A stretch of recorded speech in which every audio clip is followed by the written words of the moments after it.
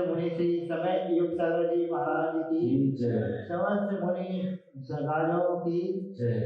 आचार्य कुंद कुंद भगवान की जय। श्री सुपरदया सागर जी महाराज की जय। जैसा कि कुंद कुंद भगवान की परंपरा है, वह आषाढ़ की शुक्ल पक्ष की बात, वह जितने भी साधक होते हैं वो सारे के सारे साधक इन 4 महीनों में वर्षा योग जब वर्षा का संयोग होता है, ऐसे उस समय चातुर्मास करते हैं। और उस चातुर्मास में आज गुरुदेव की आज्ञा से वह कहते हैं कि बिल्ली के भाग्य से सीका टूट गया। वैसे तो हमें अलग से करना नहीं था, हमें तो आचार्य सी वह भक्तोदय में महाराज के साथ में विमल सागर जी के संग में सोचा था, लेकिन आचार्य महाराज का संकेत आया कि आपको नेहा नगर में चातुर्मास करना है। आप लोगों की भूख थी, उस भूख को देखते हुए तो ये कुंद कुंद की परंपरा में शांति सागर महाराज, वीर सागर महाराज, शिव सागर महाराज, आचार्य ज्ञान सागर जी महाराज, आचार्य विद्या सागर जी महाराज और आचार्य समय सागर महाराज के ऐसे वह जितने भी शिष्य हैं और जितने साधु हैं सब आज नहीं तो कल वह निश्चित ही सब एक जगह, इसीलिए एक जगह चातुर्मास करते हैं बरसात में कि जीवों की प्रचुरता हो जाती है। वह अहिंसा धर्म का पालन अच्छे ढंग से नहीं होता है, लेकिन जो रिद्धिधारी मुनिराज होते हैं उनके लिए चातुर्मास की कोई आवश्यकता नहीं होती। क्यों नहीं होती? क्योंकि उनके पास में रिद्धियां रहती हैं और रिद्धियों के माध्यम से ये आता हुआ है, जहाँ बैठे तो वहीं बैठे, उठने ही है उनको। 4 महीना हुआ है एक ही स्थान पर बैठे और अपना विहार कर जाते। उसके बाद में दीपावली के बाद में उनके द्वारा किसी जीव का विघात नहीं होता, उनके माध्यम से किसी जीव के लिए कष्ट नहीं होता है। तो ये कष्ट के निवारण करने के लिए जीवों का घात ना हो, इसलिए चातुर्मास वर्षायन किया जाता है। और वह सारा अपनी साधना के माध्यम से तो मुख्य रूप से 2 महीने का वह आषाढ़ सावन और भादों में बरसात होती है, सावन भादों तब, उसके बाद में वह मौसम चेंज हो जाता है। तो ये परंपरा जो है वह परंपरा को निश्चित ही वह कुंद कुंद आचार्य का कहना है कि ये इस कली काल में चातुर्मास की नियम से करने वाले जो यहाँ के पंचम काल के जितने साधक हैं उनके माध्यम से जीवों को वह विराधना हो सकती है। उस विराधना से बचाने के लिए तो जिस प्रकार से एक छोटा सा अहंकार उस शंभु को ले डूबा था, 12 वर्ष तक उसने अखंड साधना की। पद्म पुराण आपने पढ़ा होगा, रविशंकर आचार्य महाराज ने बताया कि वो शंभु जो था 12 वर्ष तक अखंड साधना की और वह साधना करके किसी प्रकार से उसने ज्यादा आवागमन नहीं किया। एक बार भोजन किया, एक अन्य का भोजन किया, अखंड वह उसने साधना की। लेकिन वह नीरस भोजन करने के बाद में भी वस्त्र एक ही वस्त्र को पहना 12 वर्ष तक। एक गृहस्थ की वह एक अनोखी साधना है। ऐसी साधना को रखने वाला वह खड़ग रास खड़ग को वह सिद्ध कर रहा था और उसके सामने रखा था, वह सिद्ध होने वाली थी। और वह विद्या ने कहा तुम सामने हाथ करके रखना, वो तुम्हारे हाथ में आ जाएगी। वो सामने हाथ करते रहा, लेकिन जिसका पुण्य का उदय था है, जिसका साथी से पुण्य का उदय था, वह लक्ष्मण वहां जंगल में सो रहा था। सुगंधी आई अपने भाई भाभी को छोड़ करके और वह वहां उस स्थान पर पहुंचता है जहाँ शंभु वह सिद्ध कर रहा था विद्या को। वह खड़ग को सिद्ध करने के लिए सूर्य हाथ खड़ग को सिद्ध करने के लिए पहुंचा। ये पहुंचते हैं लक्ष्मण जी और वह कौतूहलवश देखते हैं यहाँ से सुगंधी क्यों आ रही है।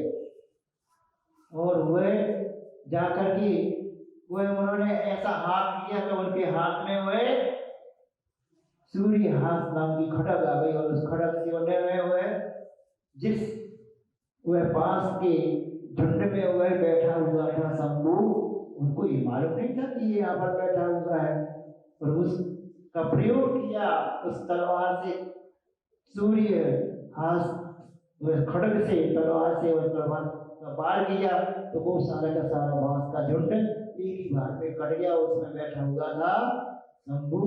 तो पाप करने का उम्र आया उसका, तो वो समाप्त हो गया। बात अपन को पुण्य और पाप से लेना है।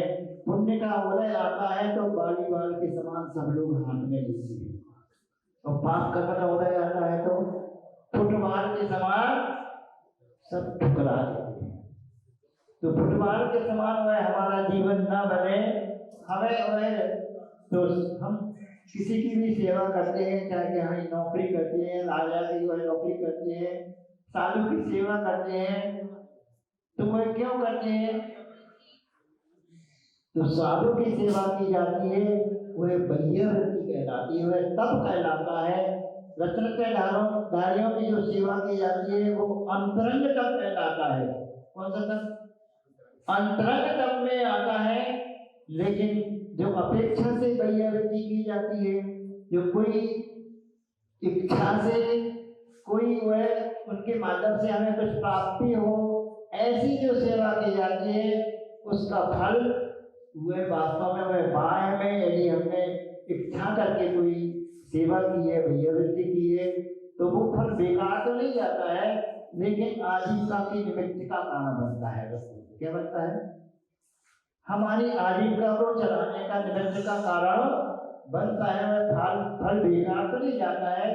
तो वह जंगल में कृतांत भक्त भी वह जब राम भेज देते हैं कि सीता जी को ले जाओ वन में, वहां छोड़ देना, क्या करना? वन में वह छोड़ करके आ जाना, और बहाना बना दिया कि तुम्हें वह तीर्थ यात्रा के लिए भेज रहे हैं। और जैसे कृतांत भक्त वह रथ में लेकर के जाता है और उसके आंखों से आंसू झरते हैं, वह रोता हुआ कहता है, एकदम बलकता है। सीता पूछती क्या हो गया? बोले क्या हो गया? मैं नौकरी करता हूँ। क्या करता हूँ? मैं सेवा करता हूँ राजा की। राजा ने जो आदेश दिया है वो हमें करना पड़ रहा है। राम महाराज मेरे लिए आज्ञा प्रदान की है कि आपको यहाँ पर ले जाकर के बियाबान जंगल में छोड़ देना। क्या करना? बियाबान जंगल में छोड़ता।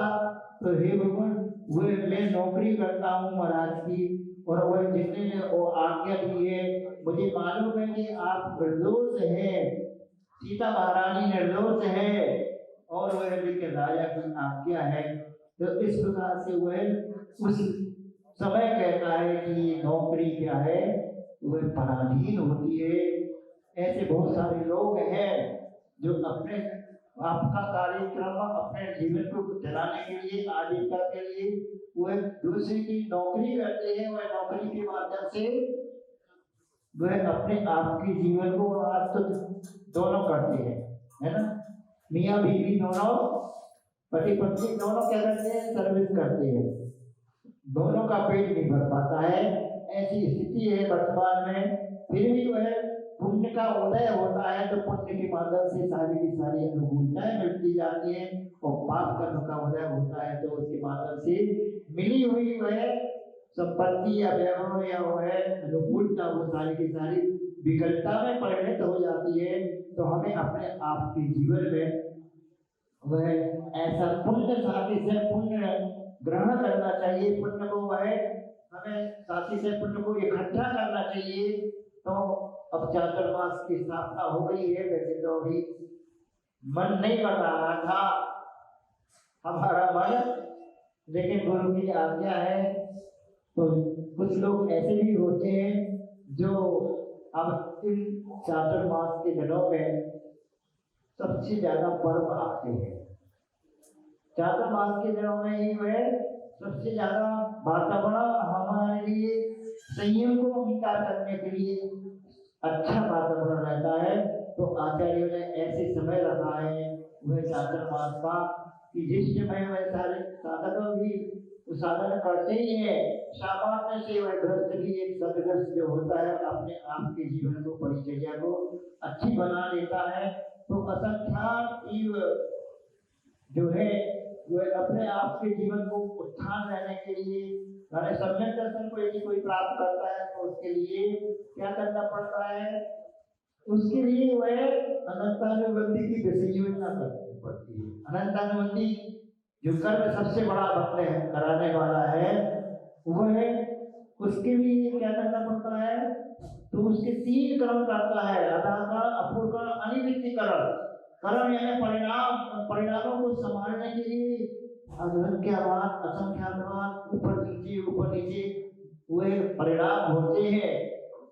तो ऐसे उन 3 करणों को प्राप्त करने के लिए वह असंख्यात बार करता है, फिर भी वह कर्म का ऐसा प्रबल मोह होता है, मोह नहीं कर रहा कि जिसके माध्यम से वह अपने आप के कर्मों को क्षय करने में समर्थ नहीं होता है और थोड़ा नीचे गिर जाता है, फिर भी वह संभालता है भाव। तो ऐसे वह अनंतानुबंधी कर्मों की विवेचना करके कर्ण करता है और कर्ण के माध्यम से वह नहीं गिर पड़े, गिरे ना। समझ में आई भाई साहब क्या कह रहे हैं? अपने आप के परिणामों को संभालने के लिए चातुर्मास है, सिर्फ महाराज के लिए वह बना दिया मंदिर में और हम अपनी दुकान देखे, हम अपने ऑफिस में जाए, हम अपने कार्यक्रमों में लगे रहे, तो ये वह हमें कहते हैं कपट तो पटकता है नरक में। कपट क्या करता है, जीव को नरक में पटकता है और लोग इतना न करो कि जिसके माध्यम से हमारी चमड़ी तक चली जाए। क्या तरीका है? 100 रुपए के लिए भी व्यक्ति 100 रुपया नहीं देगा, खाल खिंचवा लेगा, चमड़ी खिंचवा लेगा, इसलिए कहते वह चमड़ी जाए पर दमड़ी न जाए। ऐसे लोग नहीं है ऐसे यहाँ पर।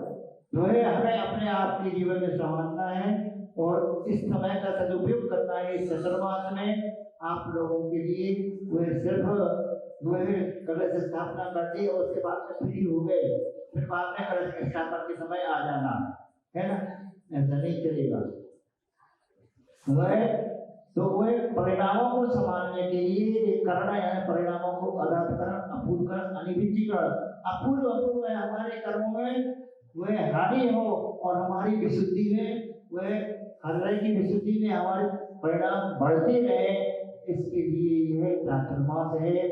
तो ये अनादिकाल से क्या है, जितनी वह बदमाशी मोहिनी कर्म करता है उतना कोई कर्म नहीं करता। मोहिनी कर्म सबसे ज्यादा तो योगियों पर भी वह मोहिनी कर्म हावी हो जाता है। व्रतशील उपवास लेने के बाद में भी वह समय पर सदुपयोग नहीं कर पाता है। इसलिए हमें अपने आप के जीवन में समय को अपव्यय नहीं करना है, समय का सदुपयोग करना है और उस बदमाशी को नहीं करना है। क्या मोहिनी करने की बदमाशी को छूटेगी तो नहीं, लेकिन वह एक अनादिकाल के संस्कार बनेंगे, उन संस्कारों को तो दोपहर में कल से प्रारंभ हो गया है वह स्वाध्याय। आप लोग दोपहर में भी जिनके पास समय है वो समय दें, महिलाएं हैं तो महिलाएं, पुरुष। और एक चातुर्मास कमेटी भी बनाई थी, वो पता ही नहीं है कहाँ है भैया बेटा, अब इसे शुरू से नहीं दिखा रहे, शुरू में वह नदारद है, ऐसी बात हुए तो निश्चित ही हुए। हमारा यदि समय का सदुपयोग करोगे तो आप दान दे रहे हैं, सब कुछ कर रहे हैं, वह दान देते हैं, लेकिन वह पानी में यदि आपने नींबू को डाला है, मिर्ची को डाला है तो वो तीखा लगेगा, उसका पान करोगे तो कैसा लगेगा, तीखा ही लगेगा। इसलिए वह कहते हैं 7 स्थानों पर दान देना चाहिए, लेकिन हम 7 बेटा बेटियों को दान तो देते हैं। नींबू में पानी में पड़ा हुआ नींबू और खटाई और उसमें और मिर्ची डाल देते हैं, तो उसके माध्यम से वह सीसी भी करता जा रहा है, आंखों में से आंसू भी जा रहे हैं, फिर भी वह दाख के समान, फिर भी वह मुनक्का के समान मीठा मान करके खाता जाता है। तो यहाँ पर भी यदि कोई डांट देता है, कुछ कह देता है, तो आपको बुरा नहीं मानना चाहिए। हमारा उसमें कोई स्वार्थ नहीं है, ध्यान रखना। इससे हमने वह भी डॉक्टर साहब वगैरह को, अध्यक्ष वगैरह को कहा, भैया तुम तो पहले आगे आ जाओ, पानी छान करके बीच की लाइन में तुम तो लग जाओ, तुम तो सिर्फ भोजन पान करने लगो, तुम सिर्फ 2 महीने का संकल्प ले लो। तो वह कुछ बुरा लगा लोगों के लिए, लेकिन बुरा सा मान करके चलोगे तो निश्चित ही मिठास आ जाएगी। अपने आप के जीवन में मिठास लाना है तो निश्चित ही वह हमें कुछ तो करना पड़ेगा, वह शुरुआत तो करना पड़ेगी। चाहे वह आप करो, आज करो, कल करो, परसों करो, इस भाव में करो, दूसरे भाव में करो, जब भी करोगे तो वह उस अहिंसा की आराधना के माध्यम से, अहिंसा की उपासना के माध्यम से हम अपने आप के जीवन को और दूसरे के जीवन को संभाल सकते हैं। तो बंधुओं, वह अहिंसा की स्थापना की गई है, जीवों की बराबर ना होना हो, इसलिए चातुर्मास स्थापन किया जाता। हमारा लक्ष्य यही होना चाहिए, हम इस चातुर्मास के माध्यम से अपने आप के जीवन में कम से कम जीवों के लिए कष्ट हो, कम से कम जीवों की प्रार्थना हो, अपने आप के जीवन में ऐसी अनोखी साधना करें। खाते पीछे तो अनादिकाल से आए, 5 इंद्रियों के विषय में अनादिकाल से भोगते आए हैं, लेकिन आज तक वह धूप कपने की बढ़ती ही गई है। इसलिए कहते हैं कृष्णा की गाड़ी खूब भरी पर वह रिक्त रही, हमेशा वह खाली रहती है। कृष्णा की खाई, उस कृष्णा को कम करना है, उस क्रोध को कम करना है, मान माया योग को कम करना है। यही साधना हमें इस चातुर्मास के माध्यम से करना है। इसी भावना के साथ में ज्यादा समय नहीं लेते हुए, क्योंकि वे घड़ी के कांटे अपना काम कर रहे हैं, जो कुछ भी है वह सब अपने आप के जीवन में ऐसे पुण्य को उपार्जन करना है जैसे वह लक्ष्मण ने वर्णन किया था। अपने आप वह उसके लिए जहाँ जाता है वहां पर अनुकूलता बनती जाती है, वहां इष्ट का संयोग होता जाता है, कुछ कार्य नहीं करना पड़ता, वो शंभु कुमार बैठा रहा, उसके लिए वह उसके जीवन भी समाप्त हो गया, पाप कर्म का उदय आता है। ऐसी पुण्य को इकट्ठा करो जो शांति से पुण्य हमारे जीवन में हमें वह साक्षात मोक्ष को प्राप्त कराने वाला हो। तो वह 2 प्रकार के जीवन में वह कार्य होते हैं, एक शुभ उपयोग, एक अशुभ उपयोग। अशुभ उपयोग में लगने के लिए, शुभ उपयोग में लगने के लिए ये चातुर्मास है। ऐसे शुभ उपयोग को बनाने के लिए आपके लिए सुबह से शाम को जब भी आप चाहें तब भी वह हम बैठे हैं, है ना। आपके लिए स्वागत है, आप पधारो। सुबह से ही क्लास ले लेंगे, है ना, दोपहर में और संध्या काल में। तो इस प्रकार से जब भी खाओ वह नुक्ति का लड्डू मीठा ही लगेगा, है ना। और जब भी वह नींबू और मिर्ची खाओगे तो उसके माध्यम से वह क्या आएगी, तीखापन, उसके माध्यम से जलन ये होती है। हम अपने आप के जीवन में उस संसार की जलन को दूर करने के लिए और उस मिठास को प्राप्त करना है, ऐसे साथी से पुण्य बोल जाते हैं। इसी भावना से आचार्य गुरुदेव विद्या सेवा महाराज भाग्योदय